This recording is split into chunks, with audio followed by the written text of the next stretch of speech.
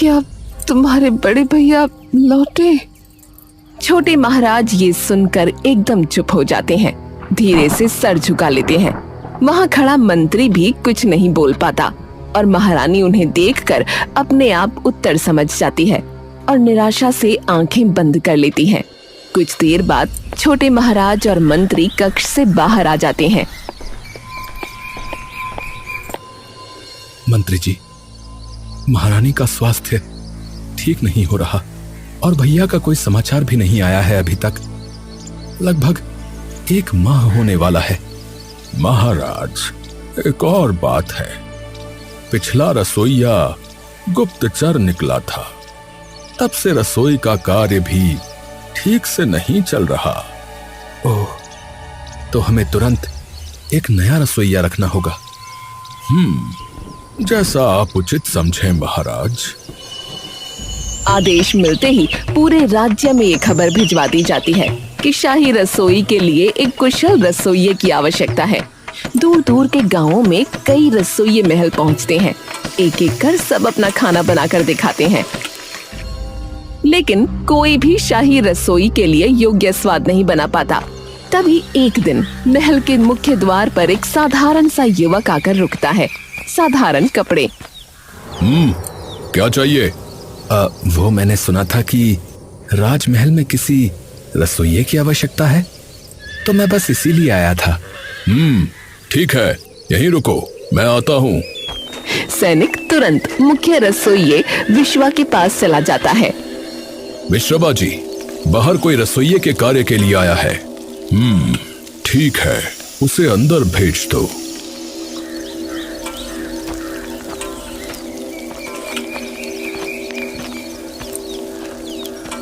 नाम क्या है तुम्हारा युवक? भोजा नाम है मेरा। यहाँ शाही भोजन बनाना है, राज दरबार के लोगों के लिए, हमारे महाराज के लिए। तो तुम कर पाओगे? अवश्य। ठीक है, तो कुछ बनाकर दिखाओ। क्या बनाओ? बादाम का शाही हलवा बना के दिखाओ। भोजा तुरंत वह हलवा बनाना शुरू कर देता है और विश्वा वहीं खड़े उस पर कड़ी निगरानी रख रहा होता है। जैसे जैसे भोजा वो हलवा बनाते जाता है, विश्वा उतना ही अचंभित हो जाता है।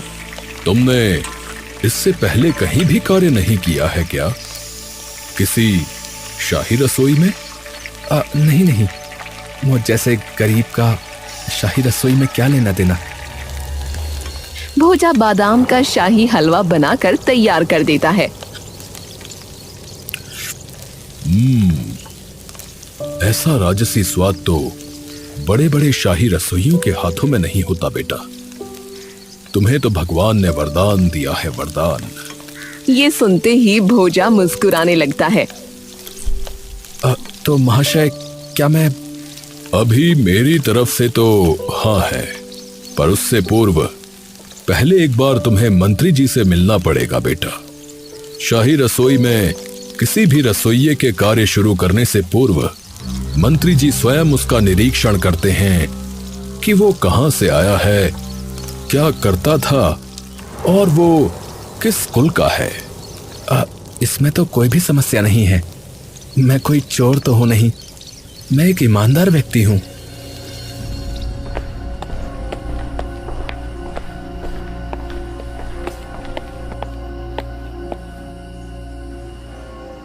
मंत्री जी, ये नया रसोइया आया है, एक बहुत अच्छा भोजन बनाता है, तो मैं तो इसे ही सोच रहा हूं कार्य पे रखने का। उससे पूर्व तुम्हारी जांच पड़ताल करनी होगी। जैसी आपकी इच्छा मंत्री जी।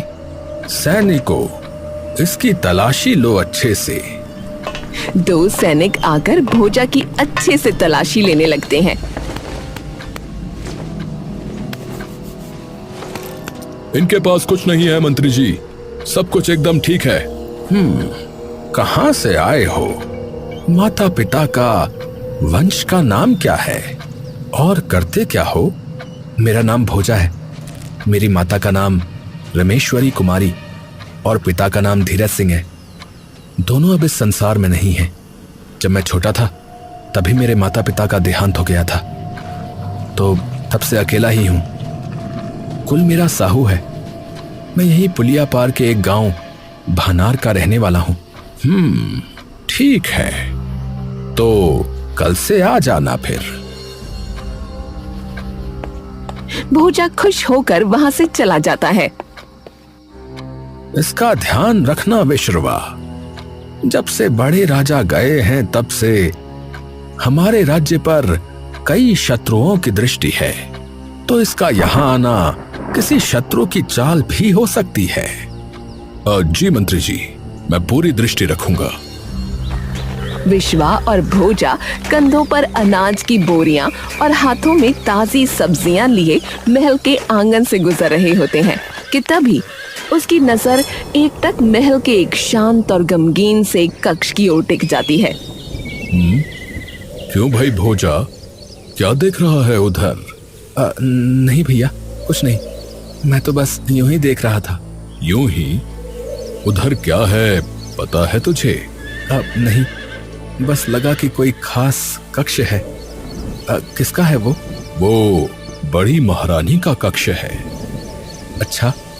हाँ, बेचारी इतनी निर्भागी है कि बस क्या ही बताएं। क्यों?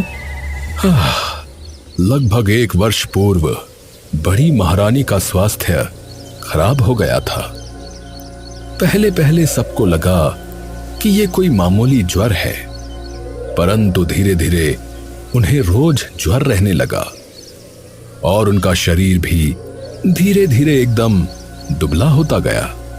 बड़े महाराज ने हर राज्य के अच्छे से अच्छे वैद्यों को बुलवाया, हकीमों को बुलवाया, परंतु किसी के पास महारानी के उस रोग का हल नहीं मिला और धीरे धीरे महारानी के बाल भी झड़ने शुरू हो गए।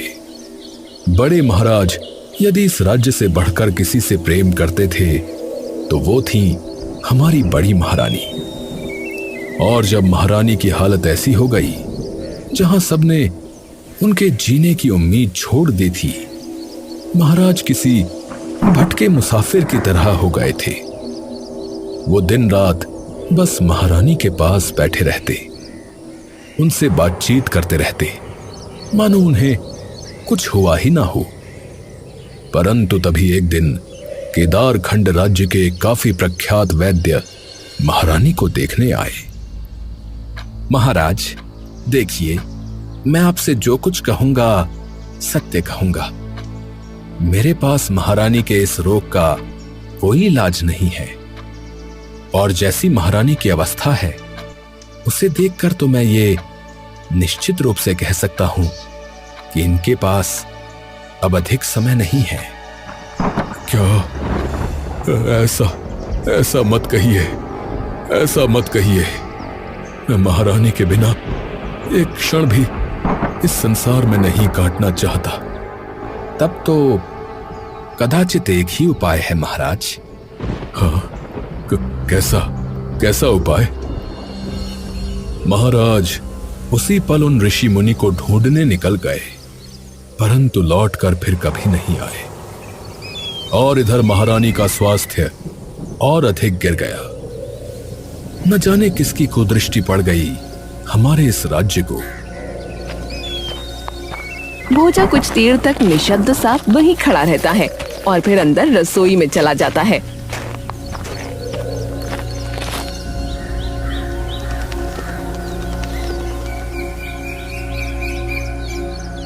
अगली सुबह होते ही पूरे राज्य में एकदम से हर्ष उल्लास का माहौल फैल जाता है। अरे भोजा, अरे बेटा, मिठाई खाओ, ये लो। परंतु किस लिए महोदय? अरे हमारी बड़ी महारानी एकदम स्वस्थ हो गई हैं, इसीलिए। अच्छा, परंतु एकदम ऐसा क्या हुआ? अब हमें तो ये लगता है कि हमारे महाराज ने ही ये चमत्कार किया है। वे अवश्य उन ऋषि मुनि तक पहुंच गए होंगे। भोजा खुश होकर वो मिठाई खा लेता है। कुछ महीने यूं ही बीत जाते हैं। उसके बाद भी महाराज की कोई खैर खबर नहीं आती। वो लड़का ठीक से कार्य कर रहा है। जी मंत्री जी, वैसे एक बात पूछ सकता हूं मंत्री जी, यदि आपकी आज्ञा हो तो? जी जी पूछिए। क्या बड़े महाराज का अभी तक कोई संदेश नहीं आया? नहीं विश्रवा जी, हर राज्य हर गांव छनवा दिया, परंतु बड़े महाराज का कोई अता पता नहीं है। हे प्रभु, हमारे बड़े महाराज जहां भी हों उनकी रक्षा करना। कुछ दिनों बाद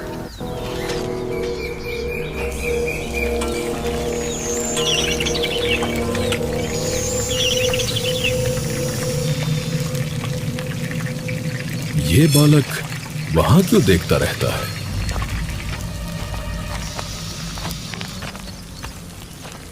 विश्वा बाहर निकलकर देखता है तो तभी उसे दिखता है कि महारानी चारुलता उनके कक्ष के बाहर खड़ी मुस्कुराकर भोजा को देख रही हैं।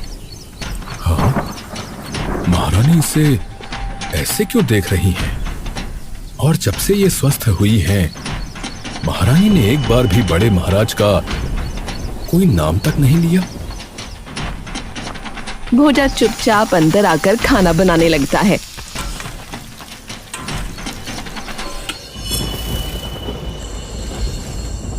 सारे रसोइये शाही रसोई में खाना बनाने में जुटे होते हैं। तभी बड़ी महारानी चारुलता वहां आ जाती है। महारानी, आप यहाँ? क्यों विश्वा जी, मैं आ नहीं सकती?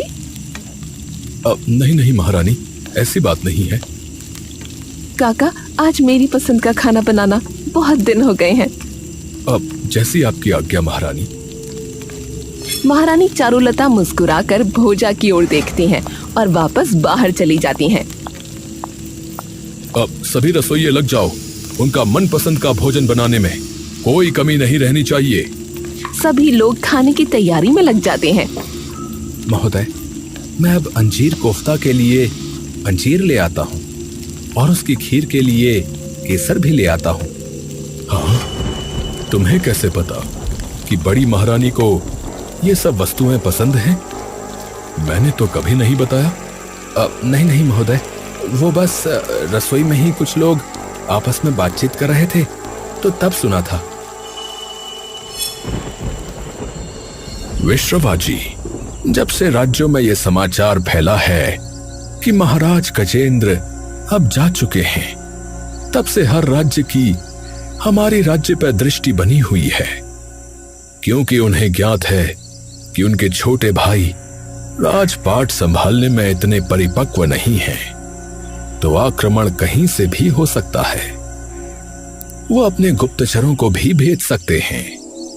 तो यदि शंका की कहीं भी कोई संभावना हो तो आप तुरंत मुझे बताएं, क्योंकि यदि नहीं बताया तो वो राज्य की स्थिति को गहरी चोट पहुंचा सकता है। अवश्य मंत्री जी।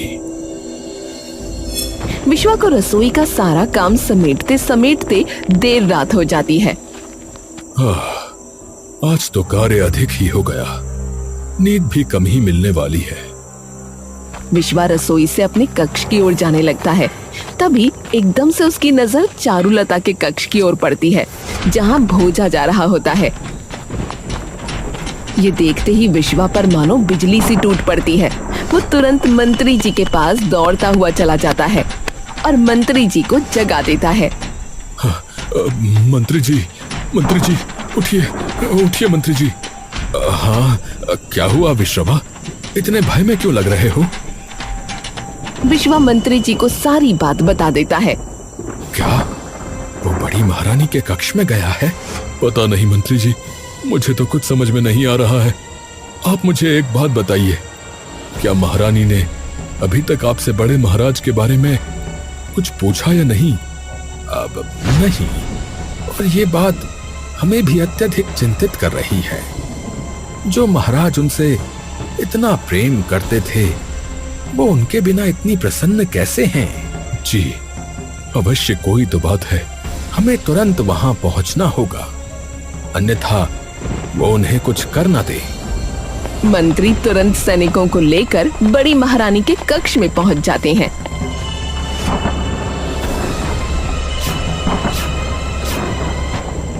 महारानी, आप ठीक तो है ना? जी जी। तुम्हारा इतना दुस्साहस गुप्तचर कि तुम महारानी के कक्ष में घुस गए। सैनिकों, इसे बंदी बना लो।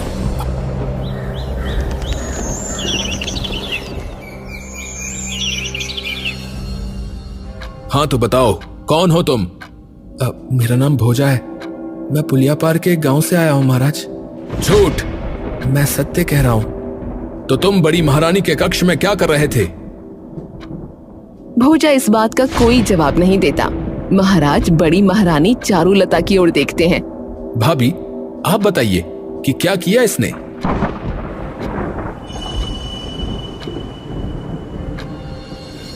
सैनिकों, इसे कारागार में डाल दो और पूछो कि किसने भेजा है इसे यहाँ। नहीं महाराज, इन्होंने कुछ नहीं किया। भाभी, ये आप क्या कह रही हैं? राज्य के सभी लोग बड़ी महारानी का ऐसा स्वभाव देख चौंक जाते हैं। देखिए भाभी, ये दूसरे राज्य का भेजा हुआ कोई घुसपैठिया है। भाभी, आप इससे दूर हो जाइए। महाराज मेरी बात मानिए, ऐसा कुछ नहीं है। लेकिन आपको कैसे पता भाभी? आप ये कैसे कह सकती हैं? महारानी चारुलता चुपचाप अपना सर झुका देती हैं और भोजा के सामने निर्भीक खड़ी रहती हैं। महारानी, हमने कहा हटिए, ये हमारा आदेश है। और ये मेरा प्रण है कि मैं इनके सामने से नहीं हटूंगी। चारुलता, आप हट जाइए, अन्यथा सब बर्बाद हो जाएगा। अब मुझे क्षमा कीजिएगा महाराज, परंतु मुझे लगता है कि बड़ी महारानी भी इस घुसपैठिए के साथ इस षड्यंत्र में शामिल है, क्योंकि बड़े महाराज के जाने के बाद भी ये इतनी प्रसन्न है। और विश्रवा जी ने स्वयं अपनी आंखों से इन दोनों को बातें करते और एक दूसरे की तरफ मुस्कुराते हुए देखा है। ये राज्य सभा है, यहाँ अपना हो या पराया, सब एक समान होते हैं। इसलिए आप शांतिपूर्वक यहाँ से चली जाइए भाभी, अन्यथा आपकी इस उद्दंडता को राज्य के विरुद्ध माना जाएगा और आपको भी इस घुसपैठिए के साथ षड्यंत्र में शामिल समझकर बंदी बना लिया जाएगा। भाभी, बना लो। नहीं, मैं सब बताने को तैयार हूं प्रणय। ये सुनते ही महाराज चौंक जाते हैं। हाँ, क्या कहा तुमने? इस नाम से तो मुझे मेरे बड़े भैया बुलाया करते थे। बचपन में सदैव पूछते थे कि भैया आप मुझे साथ लेकर नहीं गए, आज नहीं पूछोगे? महाराज की आंखों में ये सुनकर आंसू आने लगते हैं। महाराज, इनकी बातों में ना आए। नहीं आएगा मामा, आप इसे इतना भोला ना समझा करिए।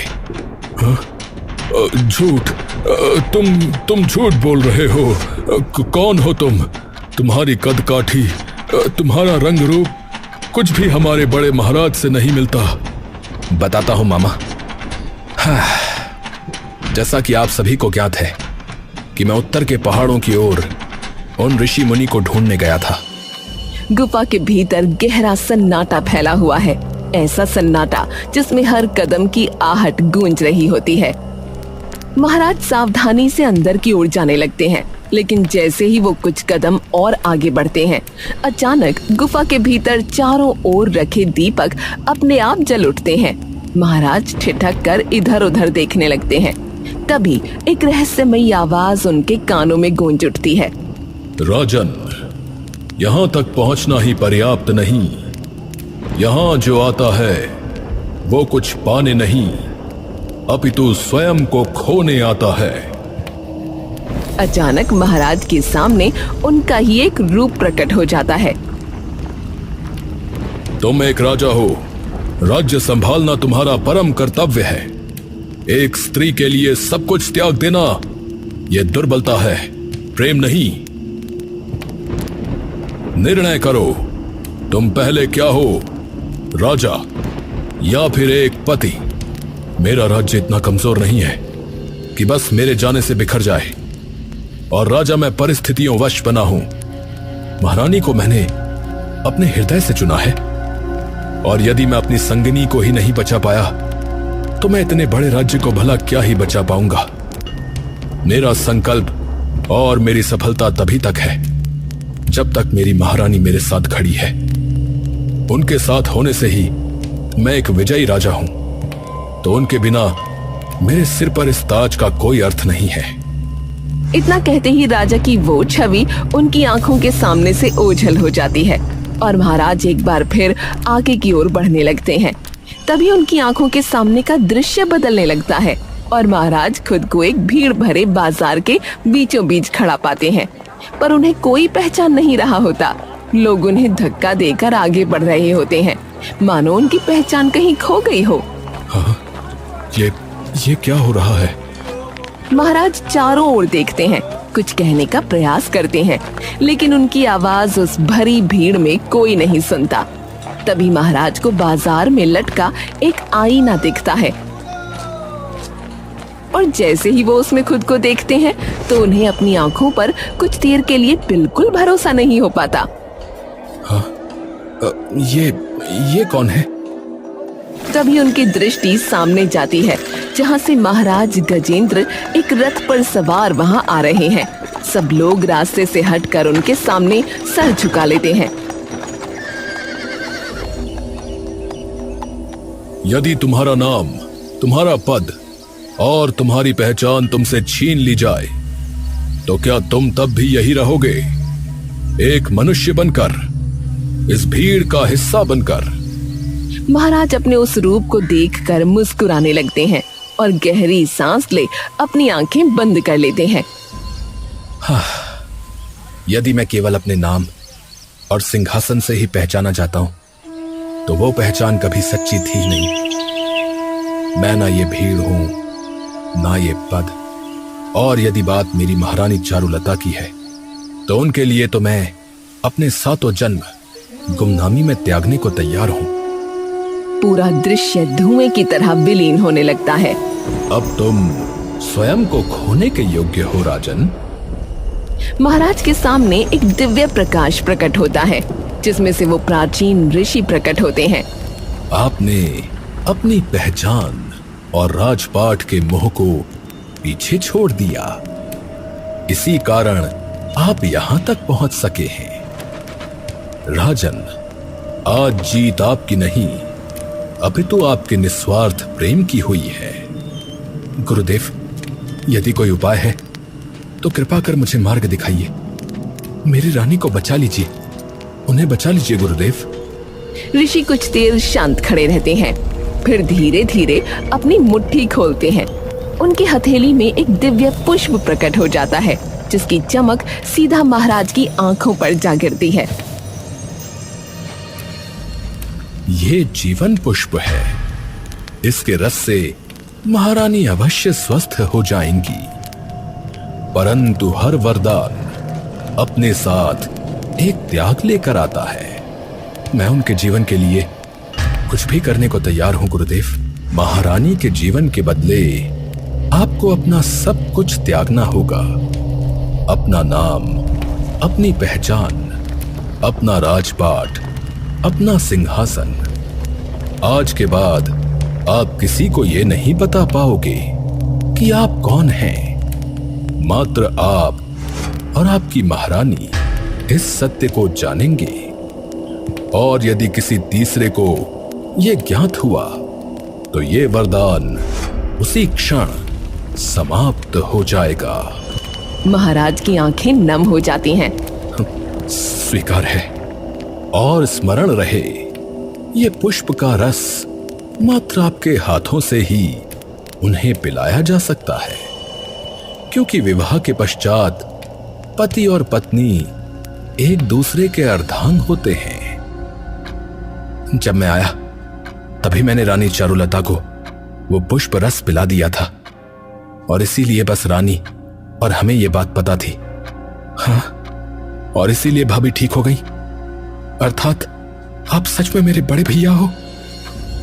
महाराज प्राणचंद तुरंत आकर अपने बड़े भाई के गले लग जाते हैं। कैसे हो छोटे भाई? भैया, आप फिर मत जाना। लेकिन तभी महारानी चारुलता बेहोश होकर नीचे गिर जाती हैं। चारुलता, चारुलता, क्या हुआ? उठो। तभी सभी का ध्यान महारानी के चेहरे पर जाता है, जो कि पहले की तरह पीला और कमजोर पड़ चुका होता है। वरदान टूट रहा है, मुझे जाना होगा फिर से, वरना मेरी महारानी चली जाएगी।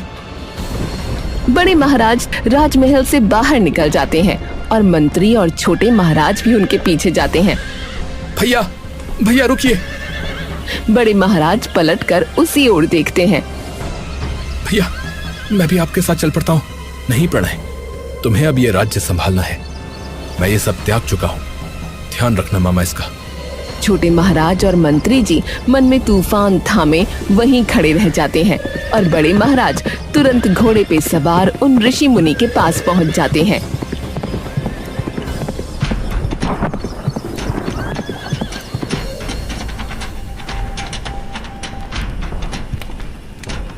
गुरुदेव, मुझसे ये भूल हो गई। मैं चाहता तो मैं जा भी सकता था वहां से, परंतु मैं अपने प्रेम में फंस गया और जब महारानी को बंदी बनाने की बात हुई तो मुझे बताना पड़ा। गुरुदेव, कृपया इसका दंड उन्हें मत दीजिए। अब उन्हें बचाने का मात्र एक ही उपाय है राजन। हाँ, कैसा उपाय? राजन, अभी तक इस संसार में लोग आपको और आपके नाम और पहचान को जानते थे, परंतु यदि आपको अपनी महारानी को बचाना है तो आपको यह सब सदा सदा के लिए त्यागना होगा। आज के बाद आपका परिवार, आपके मित्र और जितने भी लोग आपको जानते थे वो सभी आपको पूरी तरह भूल जाएंगे। यहां तक कि आपकी महारानी भी, जिसे आप अपने प्राणों से अधिक प्रेम करते हैं, वो भी आपको पहचान नहीं पाएंगी। और यदि आप फिर उनके समक्ष गए तो अब की बार उनके प्राण बच नहीं पाएंगे। ये सुनकर महाराज कुछ क्षणों तक वहीं खड़े रह जाते हैं, निशब्द और बिखरे हुए। यदि मेरे होने का हर निशान मिटाकर उनका जीवन बच सकता है तो मुझे ये स्वीकार है गुरुदेव।